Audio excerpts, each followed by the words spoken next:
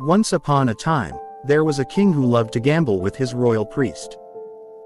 When he threw the dice, he always recited this lucky charm.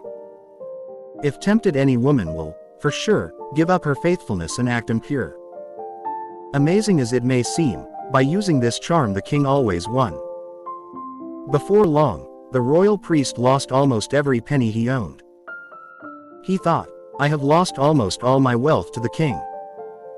It must be because of his lucky charm. I need to find a way to break the spell and win back my money.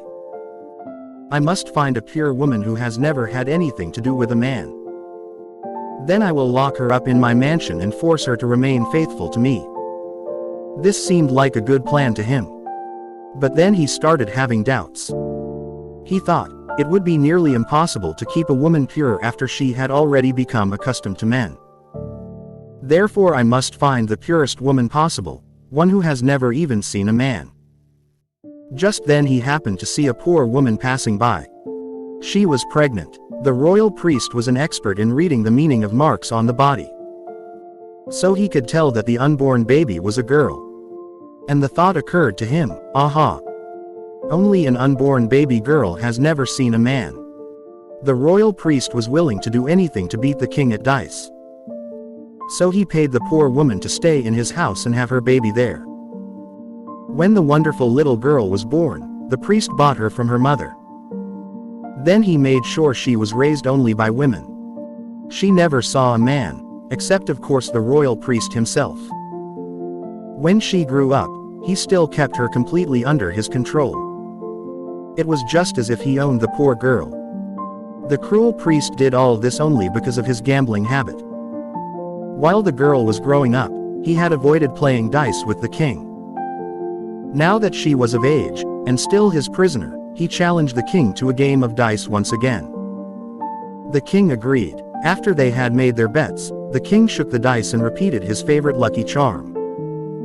If tempted, any woman will, for sure, give up her faithfulness and act impure.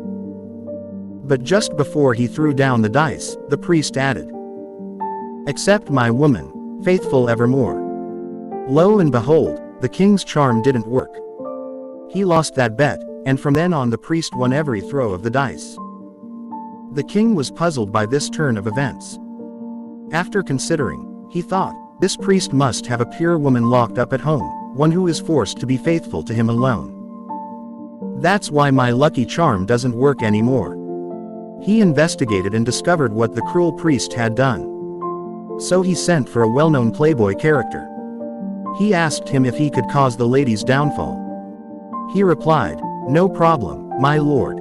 The king paid him handsomely and told him to do the job quickly. The man bought a supply of the finest perfumes and cosmetics. He set up a shop just outside the royal priest's mansion.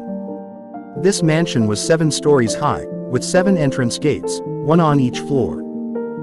Women guarded each gate, and no man except the priest was allowed to enter. Only one servant waited on the priest's lady. She carried everything in and out, including perfumes and cosmetics. The priest gave her money for her purchases. The playboy saw the servant going in and out of the priest's mansion. Soon he realized she was the one who could get him inside. So he devised a plan and hired some cronies to help him. The next morning, when the serving lady went out to do her shopping, the playboy dramatically fell to the ground before her. Grabbing her knees, he tearfully cried, "Oh my dear mother, it's so wonderful to see you again after such a long time." Then his cronies chimed in, "Yes, this must be she. She looks the same, her hands and feet and face and type of dress. Yes, this must be she." They all kept saying how amazing it was that her looks had changed so little in all that time. The poor woman must have had a long-lost son, for soon she was convinced this must be he. She hugged the king's clever playboy, and both sobbed tears of joy over their miraculous reunion. In between bouts of sobbing, the man was able to ask her, "Oh dear mother, where are you living now?" "I live next door," she said, "in the royal priest's mansion. Night and day I serve his young woman. Her beauty is without equal, like the mermaids sailors love to praise." He asked, "Where are you going now, mother?" I'm going shopping for her perfumes and cosmetics, my son. There's no need, mother, he said. From now on I will give you the best perfumes and cosmetics free of charge. So he gave them to her, along with a bouquet of lovely flowers. When the priest's lady saw all these, much better quality than usual, she asked why the priest was so happy with her. No, said the serving woman, these are not from the priest. I got them at my son's shop. From then on she got perfumes and cosmetics from the playboy's shop, and kept the priest's money. After a while the playboy began the next part of his plan. He pretended to be sick and stayed in bed. When the servant came to the shop she asked, "Where is my son?" She was told he was too sick to work, and was taken to see him. She began massaging his back and asked, "What happened to you, my son?" He replied, "Even if I were about to die, I couldn't tell you, my mother." She continued, "If you can't tell me, whom can you tell?" Then, according to his plan, he broke down and admitted to her, "I was fine until you told me about your beautiful mistress, like the mermaid sailors love to praise. Because of your description, I have fallen in love with her. I must have her. I can't live without her. I'm so depressed, without her I'll surely die." Then the woman said, "Don't worry, my son, leave it up to me." She took even more perfumes and cosmetics to the priest's lady. She said to her, "My lady, after my son heard from me about your beauty, he fell madly in love with you. I don't know what to do next." Since the priest was the only man she had ever seen, the lady was curious. And of course she resented being locked up by force. So she said, "If you sneak him into my room, it's all right with me." The woman guards at the 7 gates searched everything the servant took in and out. So she had to have a plan. She swept up all the dust and dirt she could find in the whole mansion. Then she began taking some of it out each day in a large covered flower basket. Whenever she was searched, she made sure some of the dust and dirt got on the guard women's faces. This made them sneeze and cough. Pretty soon they stopped searching her when she went in and out. Finally one day she hid the playboy in her covered flower basket. He was trim and fit, not heavy at all.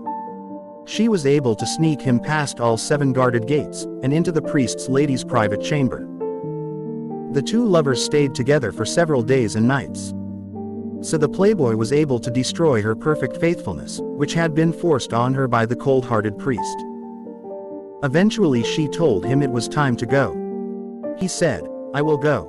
But first, since the old priest has been so mean to you, let me give him one good blow to the head." She agreed and hid him in a closet. This too was part of his secret plan. When the priest arrived, his lady said, "My lord and master, I'm so happy today. I'd like to dance while you play the guitar." The priest said, "Of course, my beauty.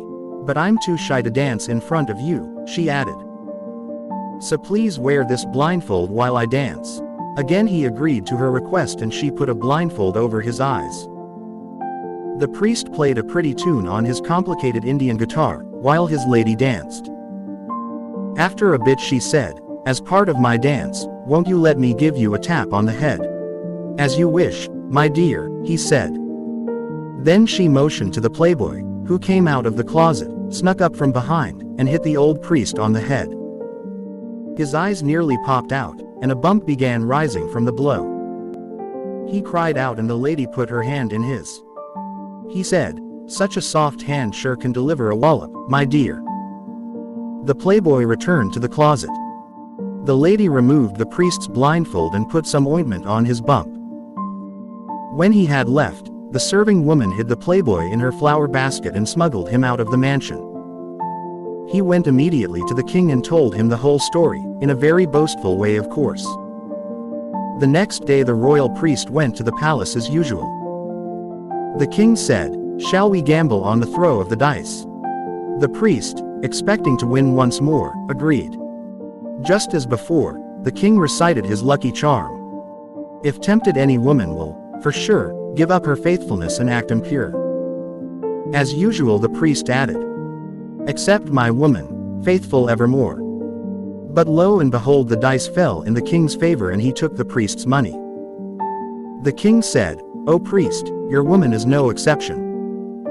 True faithfulness cannot be forced. Your plan was to snatch a newborn baby girl, lock her up behind 7 gates guarded by 7 guards, and force her to be good.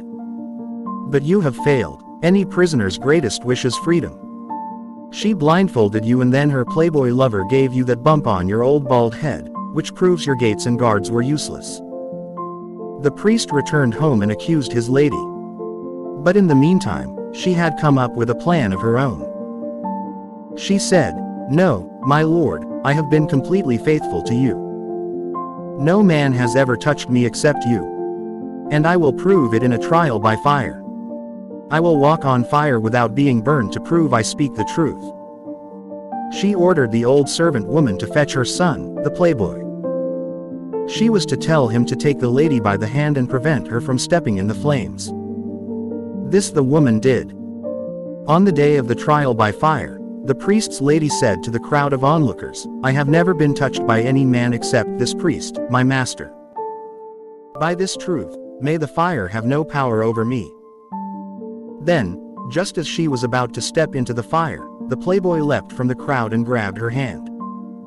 He shouted, "Stop, stop, how can this priest be so cruel as to force this tender young lady into a raging fire?" She shook her hand free and said to the priest, "My lord, since this man has touched my hand, the trial by fire is useless. But you can see my good intention." The priest realized he had been tricked. He beat her as he drove her away forever. At last she was free of him and mistress of her own fate. So friends, true faithfulness cannot be forced.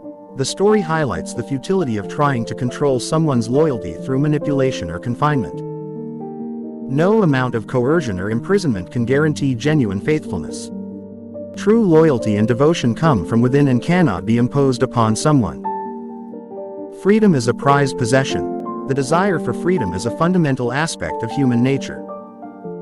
The priest's lady, despite being locked up and controlled, longed for freedom and eventually found a way to escape her oppressor. The story emphasizes the importance of personal freedom and the pursuit of liberation from oppressive circumstances.